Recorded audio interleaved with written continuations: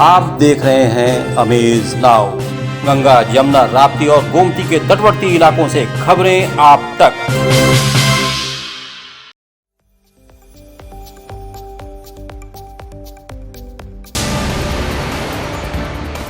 Integrated traffic management system के control का ADG Gorakhpur zone ने किया निरीक्षण। गोरखपुर की यातायात व्यवस्था को सुधारने के लिए गोरखपुर नगर निगम में बनाए गए ITMS integrated traffic management system के कंट्रोल का सोमवार को एडीजी जोन गोरखपुर अखिल कुमार ने निरीक्षण किया।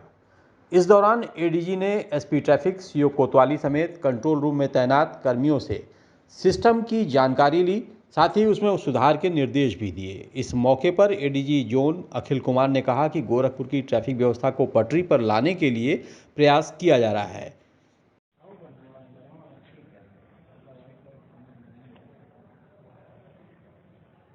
गोरखपुर एक महत्वपूर्ण शहर है और ख़ास करके जिस तरह से इसका स्वरूप तेज़ी से बदल रहा है, ट्रैफिक की यहाँ एक समस्या लोगों को सामना करना पड़ता है। ख़ास करके सोमवारी जाम का एक बड़ा नाम यहाँ फेमस है। ना केवल सोमवार को, यहाँ पर अन्य दिनों में भी बिकॉज ट्रैफिक का वॉल्यूम बढ़ता जा रहा है, जगह थोड़ी कम है, थोड़ा इनडिसिप्लिन ट्रैफिक है, लोगों को ट्रैफिक नियमों को पालन करने की उतनी जानकारी नहीं है, इन्फोर्समेंट हमारा ख़राब रहा है। इन सभी विषयों को सामूहिक रूप से देखने से और उसका निस्तारण बेहतर ढंग से कैसे किया जाए, इस दिशा में एक अच्छा पिछले कुछ दिनों में काम हुआ, जहां इंटेलिजेंट ट्रैफिक मैनेजमेंट सिस्टम शहर में लगाए गए हैं। ऐसे 13 महत्वपूर्ण क्रॉसिंग है जहां इंटेलिजेंट कैमराज लगे हुए हैं और टोटल 21 चौराहों पर CCTV लगा दिए गए हैं। जैसा अभी आप लोग भी देख रहे थे, इन चौराहों पर कोई भी आदमी अगर ट्रैफिक लाइट्स को वायलेट करता है, हर आदमी की व्हीकल्स कैप्चर हो रही हैं, उनको वार्निंग दी जा रही है और उनके घर ऑटोमेटिक चालान अब थोड़े दिन में ही अगले वीक से पहुंचने लगेगा उनके डेटा। गोरखपुर के जिलाधिकारी और वरिष्ठ पुलिस अधीक्षक के नेतृत्व में आगामी त्योहारों के मद्देनजर पीस कमेटी की बैठक संपन्न। गोरखपुर के जिलाधिकारी विजय किरण आनंद और वरिष्ठ पुलिस अधीक्षक विपिन टाडा के नेतृत्व में आगामी त्योहारों के मद्देनजर पीस कमेटी की बैठक गोरखपुर के सर्किट हाउस में स्थित एनेक्सी भवन में की गई। बैठक के दौरान त्योहारों को सकुशल संपन्न कराने के लिए किए जा रहे प्रयासों के साथ ही अलग अलग संगठनों और संभ्रांत नागरिकों से विचार विमर्श किया गया। इस संबंध में एसएसपी विपिन टाडा ने कहा कि आज की बैठक का मुख्य उद्देश्य लोगों की समस्याओं, तैयारियों को जानकर उसका हल निकालने पर चर्चा किया जाना था। सेवा से और हमारी जो संस्था चलती है शांति संभावना कमेटी, इसकी साथ लेकर निकालें, ये बहुत अच्छा मैसेज जाएगा। अगर आप इस तरह का प्रयास करेंगे तो जो सहमे हैं, जो डरे हैं, जो दहशत में हैं, आज रमज़ान, ईद और परशुराम जयंती के संबंध में मेरे और डीएम साहब के द्वारा शहर के संभ्रांत नागरिकों की मीटिंग की गई, जिसमें कि त्यौहार में किस प्रकार त्यौहार मनाना है, क्या दिशा निर्देश हैं, फोर्स की क्या व्यवस्था रहेगी, अन्य विभागों की क्या तैयारी है, सब चीज़ों के बारे में चर्चा की गई, विचार विमर्श किया गया और सभी त्यौहार पूर्ण सकुशलता के साथ, शांति व्यवस्था के साथ संपन्न करवाए जाएंगे। बांसगांव दीवानी न्यायालय परिसर में स्थित एक फोटोकॉपियर्स दुकान में लगी आग, सब कुछ खाक।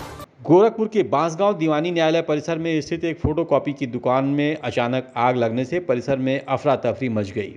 लोगों ने खुद आग पर काबू पाने के प्रयास के साथ साथ फायर ब्रिगेड विभाग को सूचना दी, लेकिन जब तक आग पर काबू पाया जाता सब कुछ जलकर खाक हो चुका था। मौके पर फायर ब्रिगेड की दो गाड़ियां भी पहुंची थीं, लेकिन कुछ खास बचाने को बचा भी नहीं था। दुकान मालिक द्वारा बताया गया कि आग शॉर्ट सर्किट की वजह से लगी है और लाखों का नुकसान हो चुका है।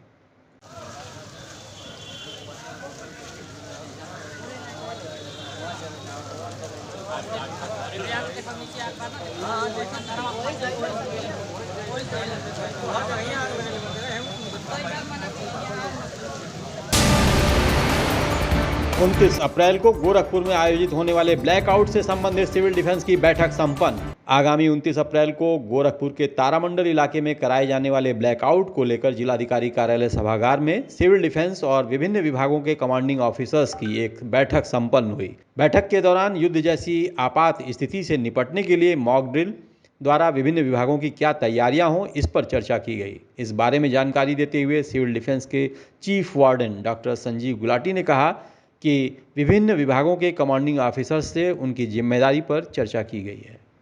तहरीक वाली स्थिति नहीं, हम लोग पहले से अनाउंस भी करेंगे और वहां पर एक सायरन बजेगा। कैसे ही सायरन बजेगा, अधिकारियों की बैठक है।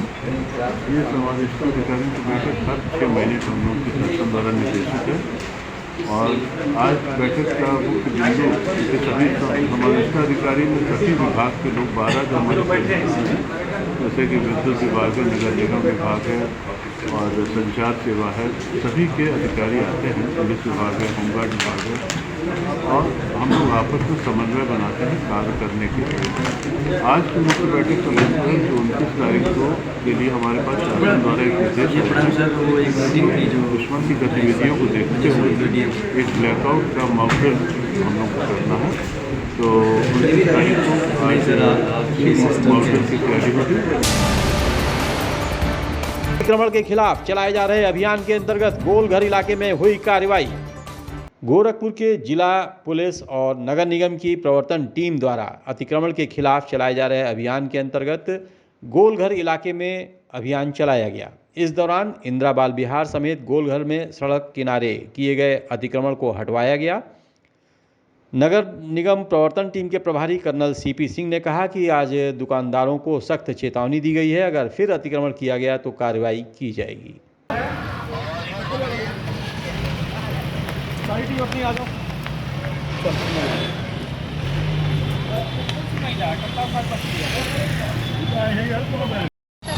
ये रूटीन अभियान हम लोग का है, 2 तारीख से चल रहा है। आज ये हम लोग का डेट लगा था, यहाँ पे गोलघर में जो एक पोर्शन बच गया था और एक हमारा इंदिरा बाल विहार और गणेश चौक बच गया था। अभी हमारे साथ में एसडीएम साहब हैं, अनुपम मिश्रा साहब हैं, मैं हूँ, सीओ साहब हैं, विमल कुमार सिंह साहब हैं और एसपी ट्रैफिक के साहब हैं और लोकल चौकी इंचार्ज। हम लोग सब इकट्ठा एक अभियान चला रहे हैं और अभियान हम लोग का अभी यहाँ से स्टार्ट हुआ है इंदिरा बाल विहार से। तो दोनों साइड पे हम लोगों ने उसको खाली कराया है और बिल्कुल स्ट्रिक्ट वार्निंग एसडीएम साहब ने दी और मैंने भी दी, सभी ने दी है। अभी इसको यहीं से इसको यू टर्न लेंगे, हम जाएंगे सिटी मॉल के आगे तक। तो जो यूनिवर्सिटी का चौराहा दोनों, तो यहाँ इसको कवर करेंगे। फिर लास्ट जो पैच हमारा रहेगा वो गोलघर का एक लाइन हमारा बचा था, तो सुबह आते समय भी हम लोग ठेले वालों को बता दिया है ये लास्ट है, इसके बाद आप लगाएंगे नहीं। Chhapadia diabetes and thyroid centre, Chhapadia hospital, Betiahata, Gorakhpur. Doctor Ankit Chhapadia, diabetologist, fellowship in diabetes from royal college of physicians, London and thyroid specialist द्वारा थायराइड के सभी तरह के इलाज और जांच उपलब्ध। डायबिटीज और उसके कॉम्प्लिकेशंस की जांच, इलाज की सुविधाएं उपलब्ध। न्यूरोपैथी की जांच, retinopathy, HbA1c, lipid profile, thyroid function test, hormone related सभी जांचें होती हैं। डाइटिशियंस और वेट मैनेजमेंट की सुविधा उपलब्ध। संपर्क करें Chhapadia diabetes and thyroid centre, Chhapadia hospital, Betiahata, Gorakhpur. Mobile number 8409967738 और 0551796013 Ashmita hospital multi speciality centre, Geeta Vatika road, Gorakhpur. प्रसूति स्त्री इनफर्टिलिटी रोग विभाग, नवजात शिशु बाल रोग विभाग, हड्डी एवं जोड़ रोग विभाग, जनरल एवं लैप्रोस्कोपी सर्जरी विभाग, गंभीर एवं अति गंभीर रोगी विभाग, विशेषज्ञ चिकित्सक द्वारा इमरजेंसी सेवा 24 घंटे उपलब्ध। कम खर्च में बेहतर इलाज ही हमारी पहचान है। अपॉइंटमेंट हेतु संपर्क करें 9838463555। आधुनिक सुविधाओं से सुसज्जित OT, emergency, ICU ward, NICU ward, general और प्राइवेट वार्ड उपलब्ध। हमारा पता है अश्मिता हॉस्पिटल, पादरी बाजार चौक से 500 मीटर पश्चिम, गीता वाटिका रोड, गोरखपुर। गोरखपुर के धर्मशाला बाजार में एसपी ट्रैफिक का टेम्पो और ई रिक्शा के खिलाफ अभियान। ट्रैफिक व्यवस्था को लेकर गोरखपुर के एसपी ट्रैफिक महेंद्र पाल सिंह के नेतृत्व में धर्मशाला बाजार इलाके में टेम्पो और ई रिक्शा के खिलाफ अभियान चलाया गया। इस अभियान के तहत ऑटो और ई रिक्शा चालकों को अपने वाहन के कागजात कंप्लीट रखने, गाड़ी मेंटेन रखने के साथ ही निर्धारित स्टैंड पर ही गाड़ी खड़ी करने की हिदायत दी गई।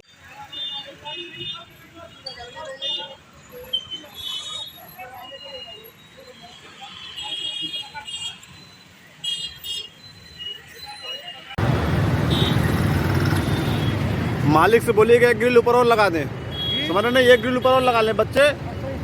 हाँ बच्चे नहीं तो सर बाहर निकाल सकते हैं, समझ रहे हैं। अपना लाइसेंस पूरा है ना आपका, गाड़ी कागज पूरा ओके है, अपना पुलिस वेरिफिकेशन करवा लीजिएगा, समझ रहे हैं। ठीक है, जाइए और बच्चों को टाइम से पहुँचा। जिला आपदा प्रबंध प्राधिकरण और एनडीआरएफ की संयुक्त प्रशिक्षण कार्यक्रम राप्ती नदी के तट पर हुआ आयोजित। 11वीं वाहिनी एनडीआरएफ और जिला आपदा प्रबंध प्राधिकरण गोरखपुर के संयुक्त तत्वाधान में राप्ती नदी पर एक प्रशिक्षण कार्यक्रम का आयोजन किया गया।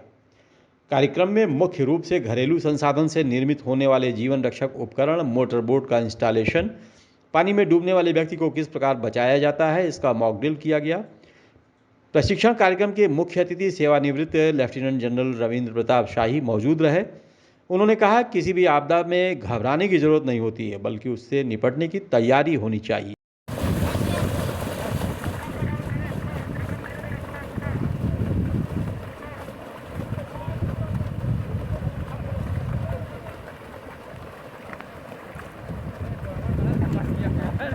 मेरे को निर्देश दिया गया है कि जैसे आप अभी एक्सपीरियंस कर रहे होंगे, काफ़ी टेम्परेचर जो है काफ़ी बढ़ गया है, 43-44 डिग्री तक जा रहा है उत्तर प्रदेश के अंदर अप्रैल के महीने में। तो जून में इसकी क्या हालत होगी उसका भी हमने ऑलरेडी डूज एंड डोंट्स और क्या करना चाहिए, पानी पीना चाहिए, स्कूल के बच्चों को क्या देना है क्या नहीं देना है, और सूखे से कैसे बचना, रख रखाव करना है।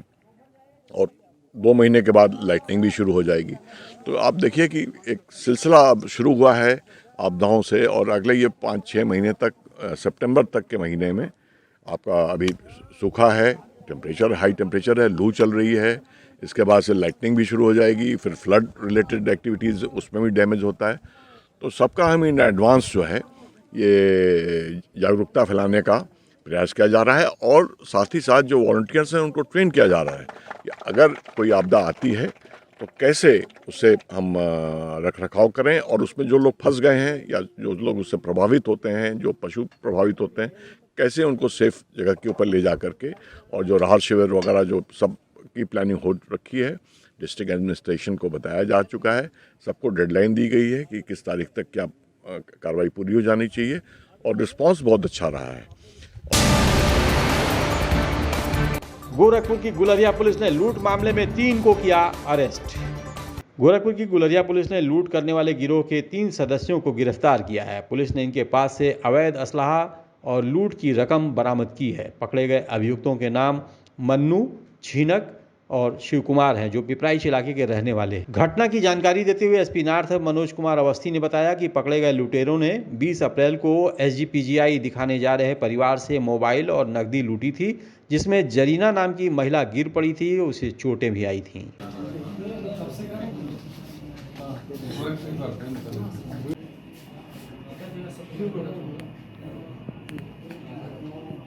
ये दिनांक 20 अप्रैल को आवेदक सुलेमान अपनी भाभी के साथ मोटरसाइकिल से बस स्टैंड जा रहा था।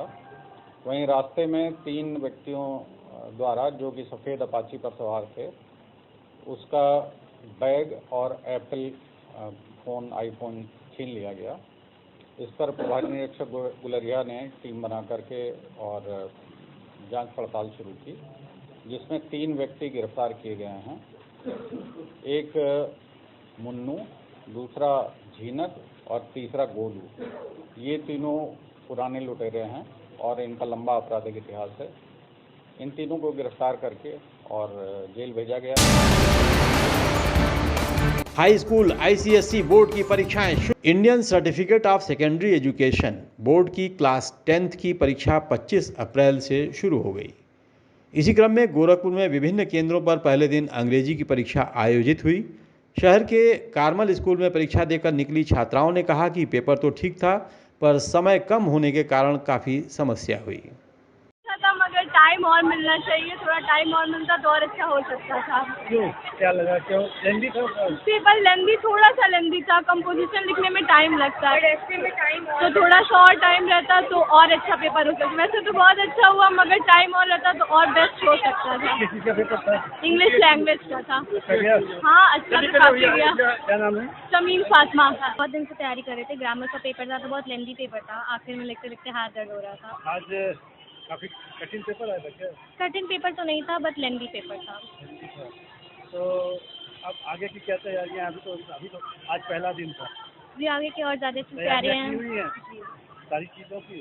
जी। क्या एम बनाया हुआ है कि कितना नंबर लाना है? कितना परसेंट? अब 90% और 80%।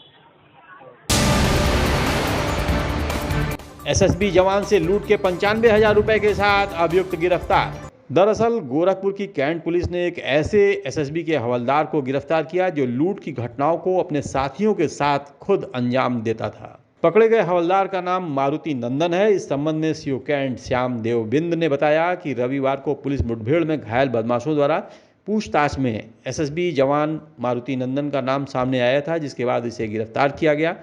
पकड़ा गया जवान जम्मू कश्मीर में तैनात था और छुट्टी पर घर आया था। इसने अपने साथियों के साथ मिलकर 4 अप्रैल को रुस्तमपुर इलाके में घटना को अंजाम दिया था।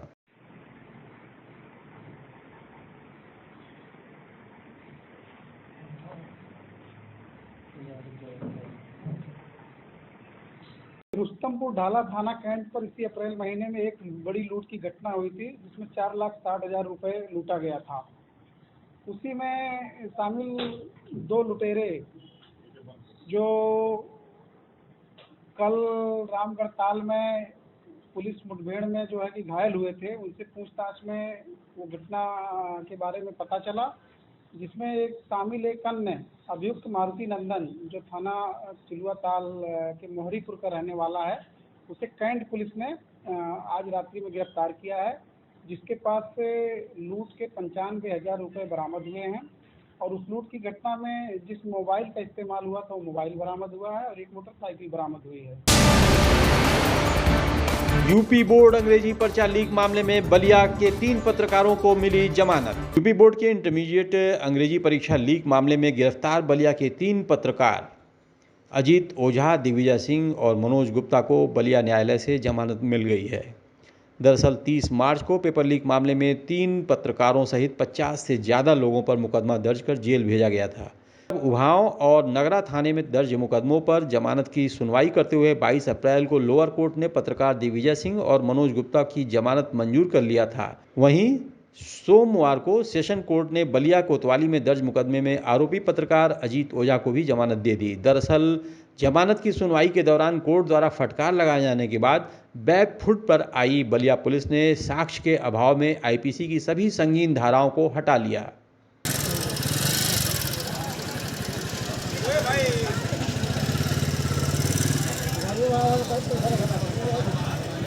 देखिए, न्यायालय के फैसले से बड़ा हर्ष हो रहा है। न्यायालय ने ये पाया है कि पुलिस ने जो फर्जी धाराएं पत्रकारों के विरुद्ध थोप दी थी वो गलत थी। प्राइमरी जांच में भी उन धाराओं को गलत पाया गया है और पुलिस पे दबाव बनने पे, न्यायालय का दबाव बनने पे अल्टर करके उनमें बाकी शेष धाराओं में उन्होंने रिमांड प्रस्तुत किया है, जिसमें माननीय न्यायालय द्वारा पत्रकारों को जमानत मिल चुकी है। आज उनकी शेष प्रक्रियाएं कंप्लीट की जा रही हैं रिहाई के लिए, जो भी फॉर्मेलिटीज़ होती हैं बॉन्ड वगैरह देने के लिए हमारे क्लर्क कर रहे हैं उनको कंप्लीट करके, और संभवतः आज नहीं तो सुबह हमारे पत्रकार बंधु वापस आ जाएंगे।